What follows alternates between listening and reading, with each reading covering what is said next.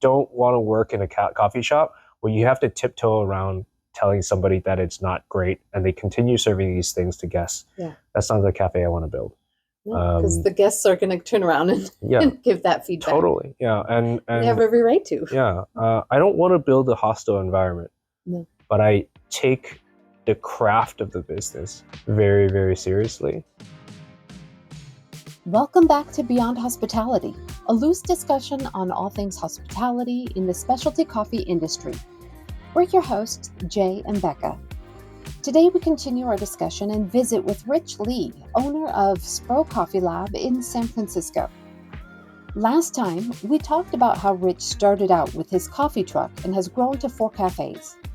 Today, we continue talking about barista support as a cafe owner, a little bit more about his concept for a barista-owned cafe, and a little controversial topic of guest experience and expectations in today's food and drink industry.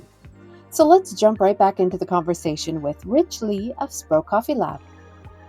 I need to identify things that make people leave and identify things that make people stay, right?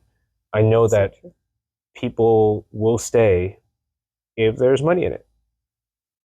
If also what, the amount of effort that they put in, they can see growth for not just themselves, but it's like playing a video game. If you never make progress, who cares, right? Yeah. You don't need to make a lot of money playing video games or any money at all, but you need to see progress, right? And I think people feel stagnant when they work at a job for so long that nothing's really growing.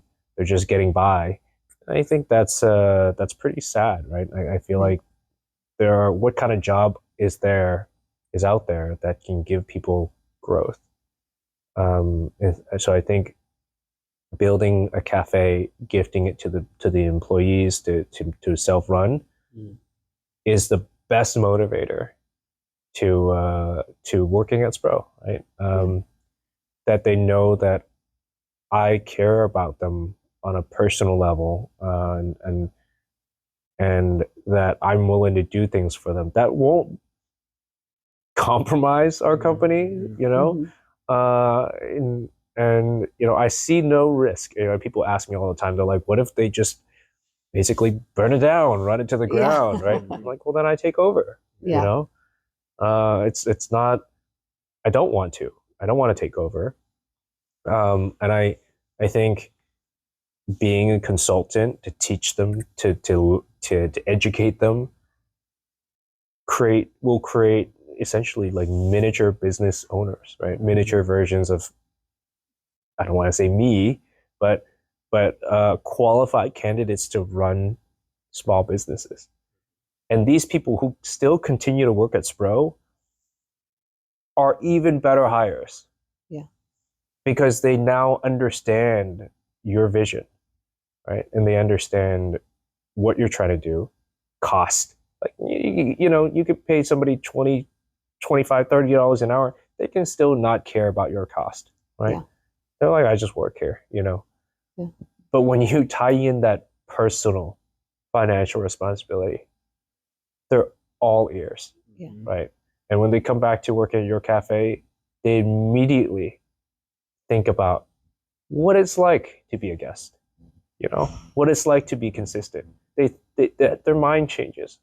Yeah. And I think that concept of investing in people and building a cafe for the barista is something that I feel like everyone should do. And I think if it works, I can see myself continuously building cafes for the baristas. As long as we grow simultaneously, with Spro grows simultaneously with these side projects, but I see no way of like stopping us from dumping money into people. Like, great, you give me 401k, that's not going to get me to stay. Great, you give me free dental cleaning, that's not a reason to stay with the company, right?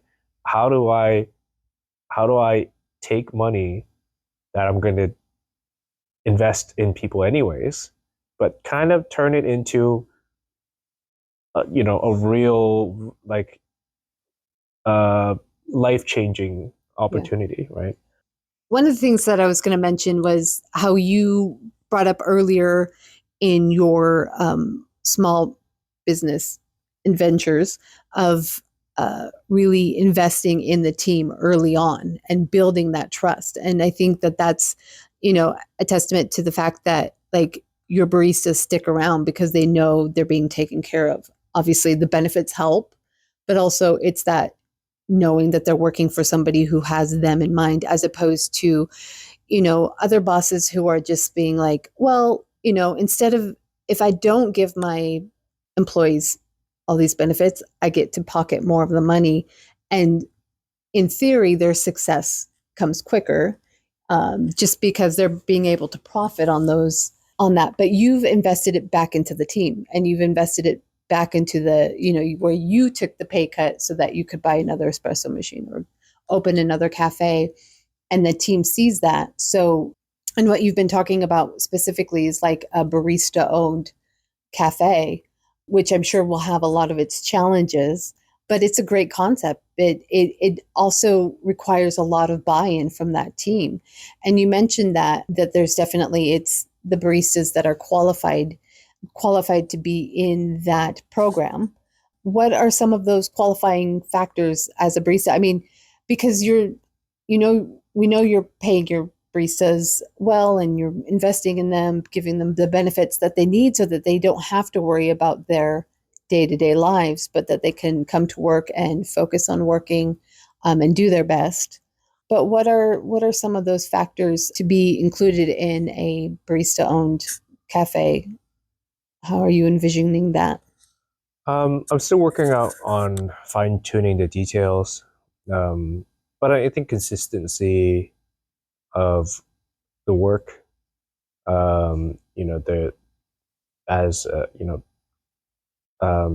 as a person who knows the menu, um, for my cafe extensively, consistency on all the recipes, consistency and quality of the espresso, and coffee, and I mean general ways of like running the cafe, without saying, uh, this is not my job, right? Like, and Yeah. more like I'm just going to take ownership, even without actual ownership, and Yeah. and make this cafe successful because I'm working today, right? I think people like that, I think they deserve the world, right? I think it's people that really try to make everything around them successful, and people around them successful are the people that really deserve special attention. It's hard to like decide who, in like, put them into like, and categorize them Yeah. line by line.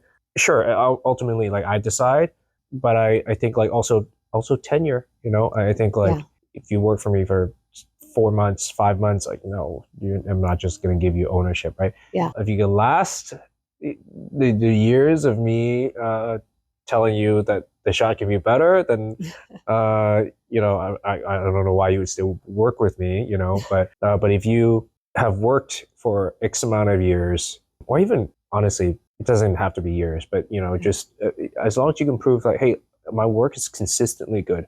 I have a lot to contribute, a lot of great ideas. I've got good insights.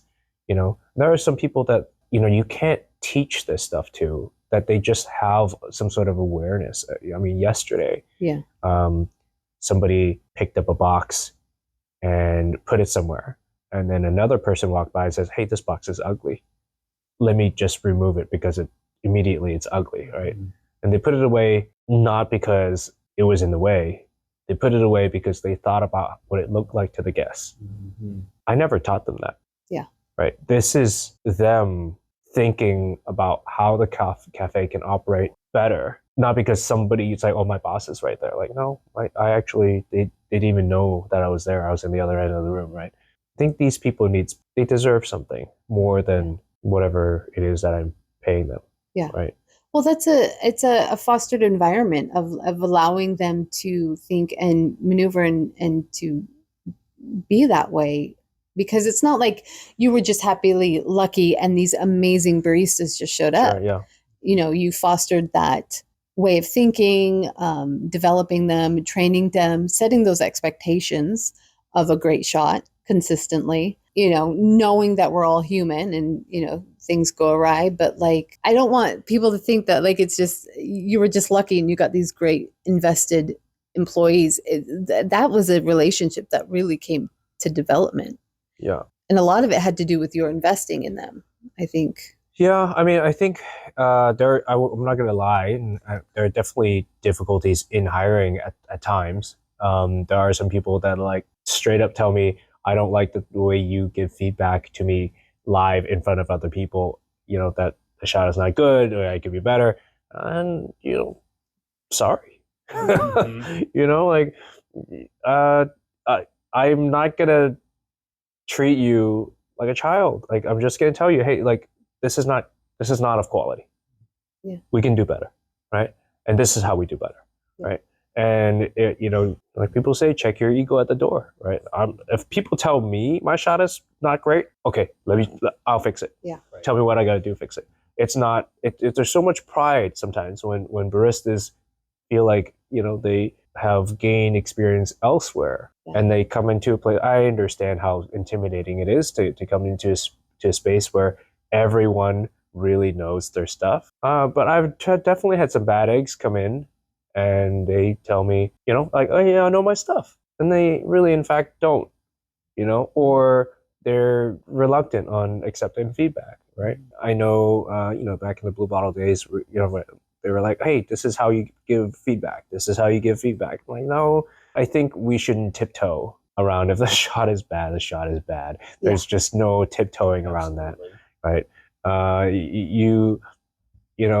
Maybe I'm a bad owner, manager, whatever you call it, but like, I don't want to work in a coffee shop where you have to tiptoe around telling somebody that it's not great and they continue serving these things to guests. Yeah. That's not the cafe I want to build.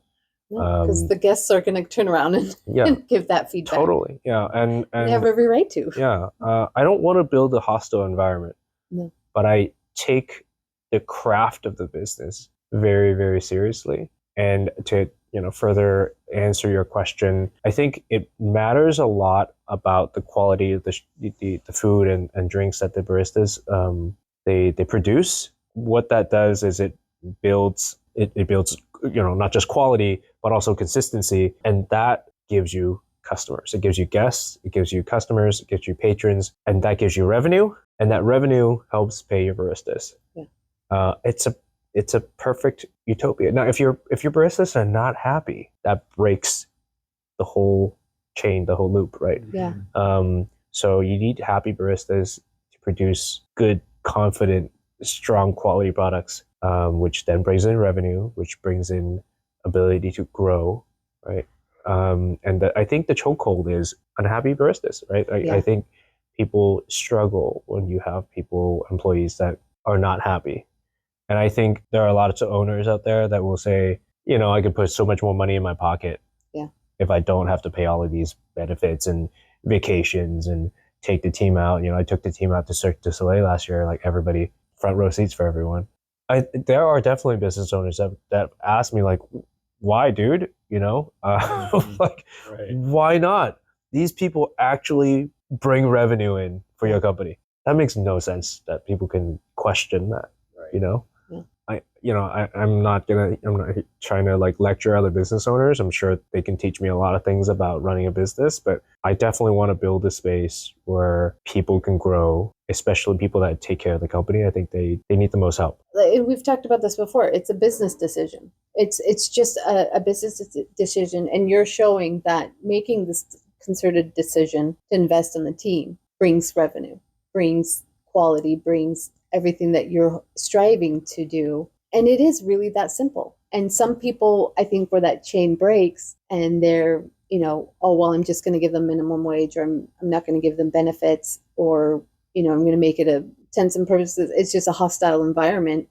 When you're bringing that in as the business owner, and then you can't figure out why the coffee tastes bad, or you can't figure out why your baristas are unhappy, or, the guests are inconsistent. Because it's a business choice.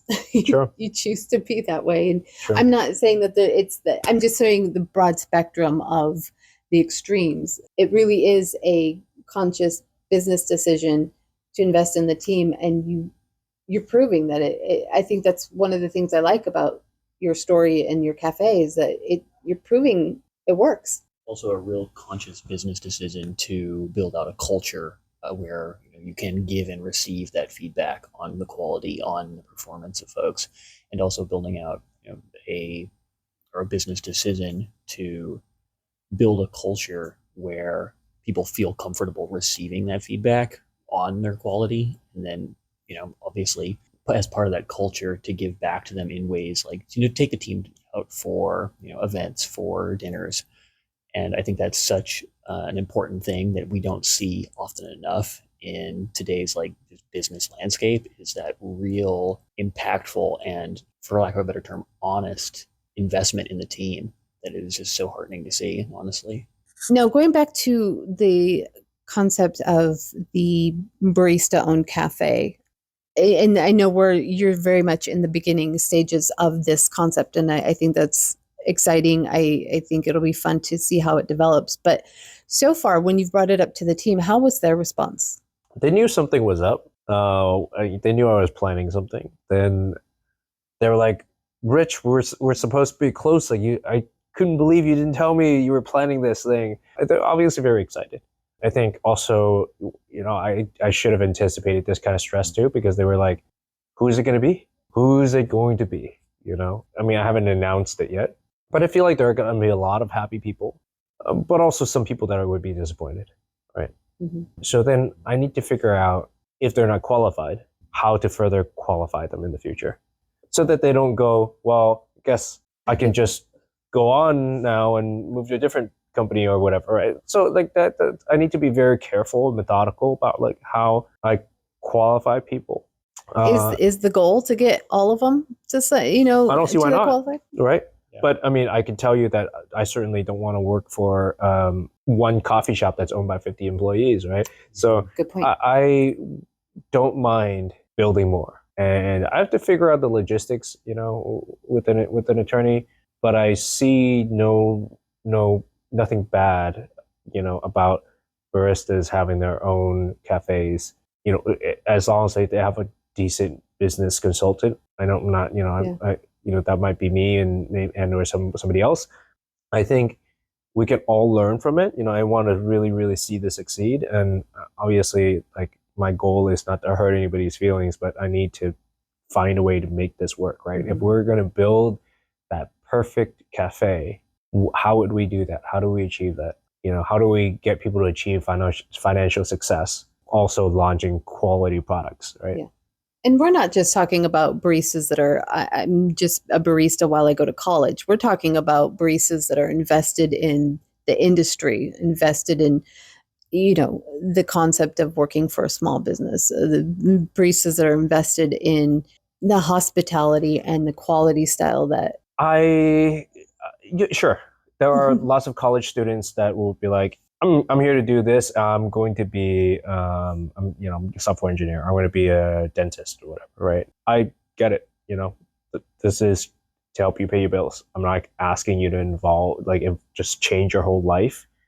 But there are people who love this, like me, love this so much. They love making coffee, the hospitality side of it too, but they have to get a real job that they don't love. Because why? Because the money is not there, right? Because they can't put food comfortably on their tables. And I think that's a real problem.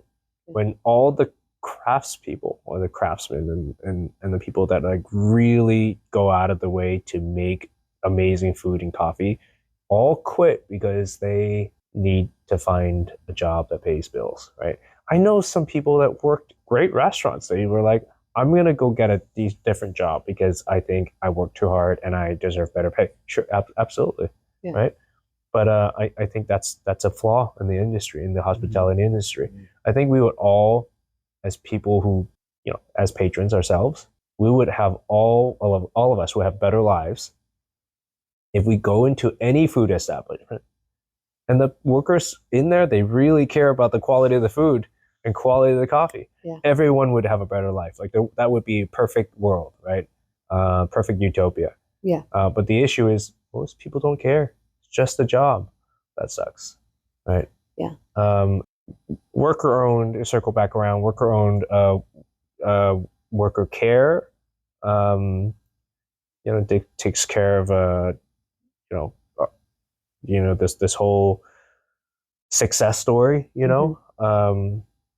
and I really do think that by investing in people, if they can see it as an investment, I think they would work even harder to try to stay in the business, right? Like I think this is the best job in the world, and I want people like me, like-minded people like me, to stay in it, do whatever it takes to stay in it, right? Inherently, the industry, we have to admit, the industry is broken to some extent. We've just True. got so many people in the food, hospitality, drink industries that are just burnt out beyond belief and aren't, able to afford doing this craft that they love. But then, we have all this, and it's showing. It's in our society where this people are angry at they snap at the employees, and the employees snap at the guests, and it's like something's broken here, and we have to like, do we have to reinvent the wheel? Not necessarily, but coming up with these concepts and investing in them and trying them out is a great way to like come together and try to fix the system. There's no doubt about it. Like the industry is broken and people are not happy. Yes. I do think there's some flaws with the hospitality. I mean, this whole industry, and I think we are, unfortunately. I think we do cater too much to the guest. I think guest experience is huge. It's very important that the guests are happy, but I do sometimes think that the guests they might be too demanding, causing workers to also want to leave. I'm very protective and defensive for the crew that works so hard.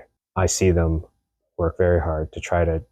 Recently, had somebody leave me a review, and they said that they were pretty upset that they walked into the cafe and realized that uh, you know the tip machine asked for tip, right? The register asked for tip.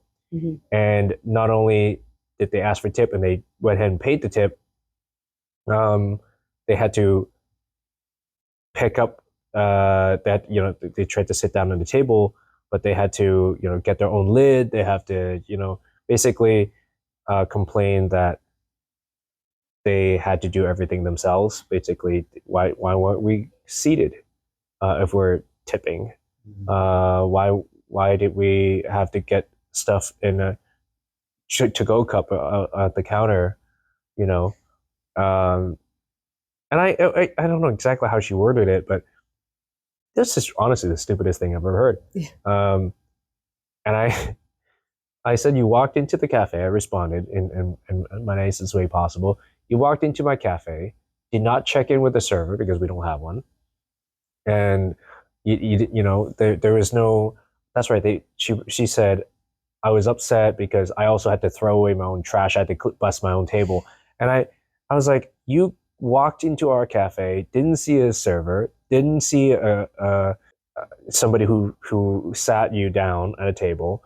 You didn't see anybody that will bust your tables, right? But you chose to tip. You chose to come in and demanded the service that we don't have, and mainly because you didn't want to tip. Like tipping is optional, right? Yeah. But I feel like people are a little uncivilized, right? Like it's not. It doesn't take a genius to walk into a space and go like, "Hey, this is not the type of establishment. If you have an issue with it, then don't tip." But you should tip because they work hard in delivering your product, like in making sure it's delicious. I think that's tippable, right? Yeah. And I hate to argue with people online, but somebody left me another review saying, I ordered an iced latte and there was too much milk to a coffee ratio. I'm like, well, then don't order a latte. There are shorter volume drinks, Right. and it's very strange when you have to like do everything it takes to like accommodate the guest. Yeah. This one guest that complained that her latte had too much milk also said that her iced tea had she said it seemed like there was too much ice. And it was shocking. It's like I've been in business for 7 years, almost 7 years, and we've served probably tens of thousands of those iced tea that they were known for. They're called strawberry fields, muddled strawberry mint, and probably even more lattes, iced lattes. And I said, very defensively, I said, I've served tens of thousands of these strawberry fields, probably over 100,000 iced lattes. That all of my 7 years, and what I believe is the problem is that I think the problem is you. And a question of almost unrealistic guest expectations at right. that point. I've never had a single problem. The only odd one out is the person leaving the review, right? Yeah. And so do you change everything for that one review? Right. But as soon as I wrote that review, my employees came to me and said, Rich, I think you need to calm down. Right? I love that. And so maybe I'm like over the top, but I don't like to take BS, right? And you don't have to come. We're gonna do things our way, as long as we don't compromise quality. Like we're fine. I also don't want to like drown out all the great reviews that we had. Like we have great reviews, but we also have like some pretty silly ones, and guest experience matters, hospitality matters. But there are some people that in the retail environment, they just want to have their way. They just want to feel powerful, and I think if we want to keep the business of hospitality alive, is also, the guest needs to be understanding, and we need to have baristas that are understanding, and not always be so defensive. Like I'm pretty defensive, but I also want the baristas to maybe be less like me, but also, be understanding that these people help pay your paycheck, right? But there's a fine line, right? And I think it is a fine line because it's, for example, like the guest with the seating situation, it's, that expectation is absolutely valid when it's time and place, and not so valid when, you come into a coffee shop that's, not meant to have hosts and waitresses, and stuff like that. So it's that fine. I don't know if there's a solution to that, or what the fine line in between the muddled middle ground. Yeah, I mean, tipping is optional, right? Yeah. But I guess some people just want to find something to complain about, right? Yeah. It's not. I think at points that might also just be kind of the culture that we're in right now, unfortunately, especially with being in a post-pandemic kind of situation where we're at, and you still have a lot of people that have an unrealistic expectation, but are still trying to transition into what is and what isn't acceptable in a public environment. Because unfortunately, a lot of folks have spent quite a bit of time on their own and are trying to perhaps reacclimatize themselves to what a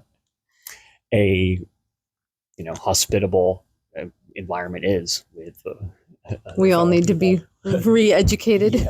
We all need a lesson. We've been so sheltered that like we just need to learn how to be human again, right? Like, it's a little scary that like coming out of the pandemic, we are still trying to figure out how to interact with people, and not be rude. And I think that is the most difficult part, and it's not making good coffee. I think it's definitely like that can be trained. But dealing with people that are just out there to give you a hard time.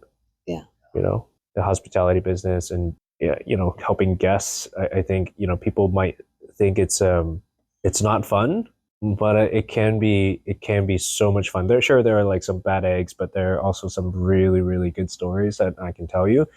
And even my dad, who recently started helping me with the business, he's obviously much older, but he's never had a retail job in his life.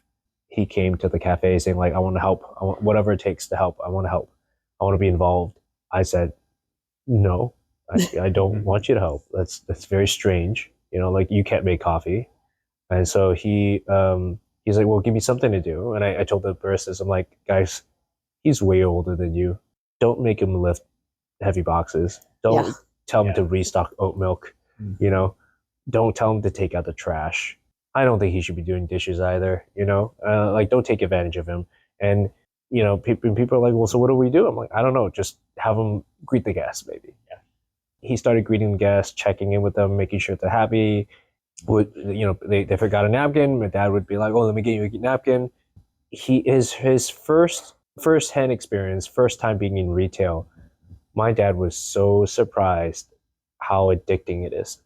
And he kept going home and telling my mom saying, people need me there, you know, like, and he couldn't stay away, right? He couldn't stay away because he felt so good about the positive feedback, from the positive feedback that people gave him, that it's very, very addicting. And I think it takes a special personality to want to please. There are only, a very certain like personality trait, like the wanting to do better for people, right? Willingness to please is something that is very difficult to train.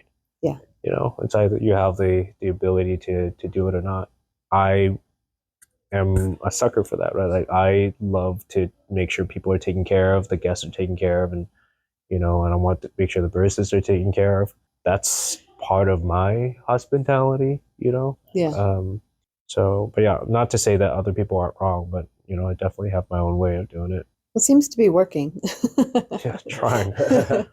But yeah, I mean, I think that there's a lot to be learned. I don't think that necessarily we're the only ones in thinking this way. Like, I'm sure there are other small business owners out there that are like, how, I want my company to be like this. I want my employees to feel this. I want, all of us finding that, filling up that gap between that hospitality moment for guest and team, and then also for the owners as well, and being happy with that, and making those choices and being happy with those choices. Because I don't, like I said earlier, that I think that the industry is inherently kind of broken right now, but I don't think it has to be. It doesn't need to be, and it's just us all pitching in a little more on how to figure that out, and then sharing those stories so that we can all learn and grow from it together. Yeah, I completely agree. What advice would you give to business owners that are wanting to do this, but also want to make revenue, want to make a business out of this, be able to afford to do what you're talking about? What some advice would you give them? I think earlier we touched on some sacrifice. Obviously, there are many months, even possibly years, that I don't pay myself. I would say finding any way possible to bring costs down is something that I don't want to say mastered, but I'm still trying to perfect. But I know that I'm not encouraging people to do this, but I for me, what worked for me was figuring out how do I cut my cost. And cutting costs is sometimes not buying pastries from someone else that for a high dollar amount, and just to satisfy the guest, but also the revenue doesn't make sense, right? Like I've seen many coffee shops buy pastries, they're really expensive, just to throw them all away at the end of the day, making absolutely no profit, probably even a loss. So, I ask all the time, like, why even buy these pastries, right? Or why not find a way to lower the cost? And I decided that, as a small business owner and not having the money to just throw away like that, I decided that maybe I'm going to learn how to bake. Not at all saying that everybody should do this, but I thought, I think there was, some moments in time that I thought, wow, what a dumb thing to do. Because I don't want to say I had depression from doing it, Yeah. but I committed myself because people started loving the recipes that I was, the food that I was producing. And so to clarify, all of your pastries and food in your cafes are in-house made. Yes. Wow. Yeah. There's like a couple of items that they're not made in house, but we still either way we bake it in house. All the cookies for sure, like made by hand, and it's a big operation, but one that started in the trailer, and I used to come to the trailer at 3 a.m.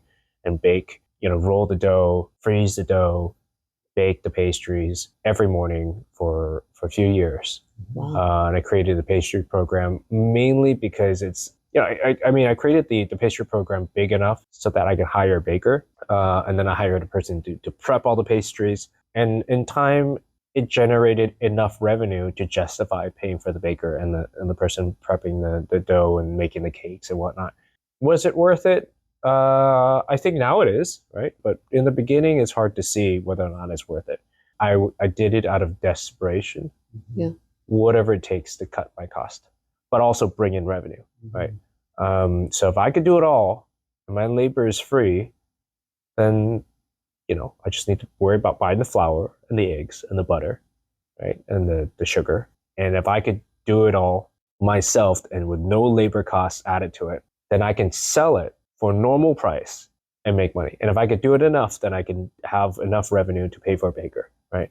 And that goes the same with all of the meats that we cut in-house, everything, from sandwiches to sauces that we make and soup that we make in-house. The same philosophy applies. How do I not spend it elsewhere for someone else to do it? Yeah. Right. How do I keep the cost in-house, the profit margins higher in-house to pay the employees more? I think that is out of desperation, wanting to try to cut costs, save money, pay people more by doing it in-house. I do think it's a very difficult path, a very difficult journey for some business owners, but not impossible. Yeah. I think definitely needs some sort of sacrifice. I'm not, like I said, I'm not sure if I would recommend this to everyone, but there's definitely strategies, on if you're creative enough, you're like, how do I make more money on this? How do I make more money on this chocolate? Well, don't make it in-house maybe, or how do I save money on this, tea? Well, why don't you make it in-house, right? Brew the tea in-house. Don't buy bottled tea, from somewhere else. That's just, why, right? Pastries is kind of extreme. Yeah. But I don't see why you couldn't have some in-house baked goods, have one person just making some dough. It's not that hard, especially if you're hoping to grow in more than one location. I think the difference also, last thing I have to say is I didn't grow these recipes for one location. My whole vision has always been multi-location. So I knew that I was developing for multiple. So I think the answer for me would be, if there are business owners that are planning on doing more than one location, you have to think in everything that you do, does this make sense for the future of all of your locations that you're potentially going to open, right? Is this recipe consistent with all of your products in the future? How do you develop a program that's universal, And I think thinking with that mentality really, really helps. Whether or not you're buying equipment to training, is this simplified enough to train everybody across the board? Yeah. I knew going in, buying my second machine or the third machine and now the fourth machine, everything is identical with some improvements. We would, upgrade the machine and do some training, but I always think about how do people grow with the company, and whether or not we can swap people, baristas from each location, strategizing and things like that will help cut costs. Mm-hmm. Well, it seems like, as you mentioned before, the creativity of pulling a great shot, or the creativity of small business, is you get to make your own rules. You get to choose, but in making those rules, those are all business decisions, and whatever the outcome is, if it's investing in your team and now you got a more invested team than ever before, or investing in a kitchen to save costs, you get to make those rules, and you get to be as creative in making those rules as you want to be. I think that's the fun of a small business. Like, For sure. that's the whole point of being an entrepreneur and doing this kind of stuff, is because the rules are completely made up by you.